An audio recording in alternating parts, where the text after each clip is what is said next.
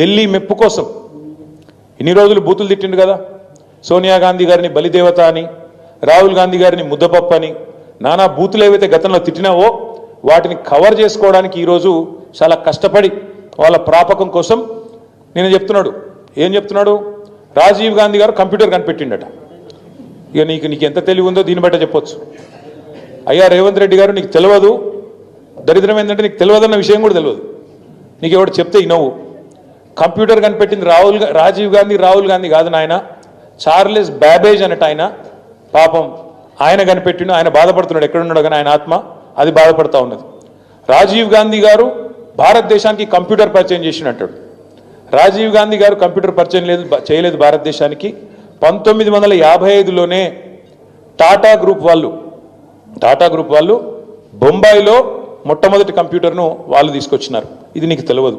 ఆ రోజు రాజీవ్ గాంధీ గారికి 10 ఏళ్ళో 12 ఏళ్ళలో. ఇది నీ తెలివి, ఇది నీకున్న పరిజ్ఞానం. గొప్ప పథకం అని చెప్పిన బతుకమ్మ చీరలలో జరిగిన అవినీతి మీద కూడా బతుకమ్మ చీరలు చేనేత కార్మికులకు పని కల్పిస్తున్నాం అని చెప్పి సూరత్ వెళ్ళి కిలోల కింద చీరలు తీసుకొచ్చి ఆడబిడ్డల్ని మభ్య పెడితే ఆడబిడ్డలే బయటకు వచ్చి తగులబెట్టిర్రు. అవి ఏడగడుతురు? వ్యవసాయ పొలాలలో పిట్టలను బెదిరించడానికి బతుకమ్మ చీరలు కడుతురు. ఆడబిడ్డలు ఎవరు కట్టుకోలే అధ్యక్ష. అంటే బతుకమ్మ ఒక సెంటిమెంట్ తెలంగాణ ఆడబిడ్డలకు. ఆ సెంటిమెంట్ను కూడా దోపిడీకి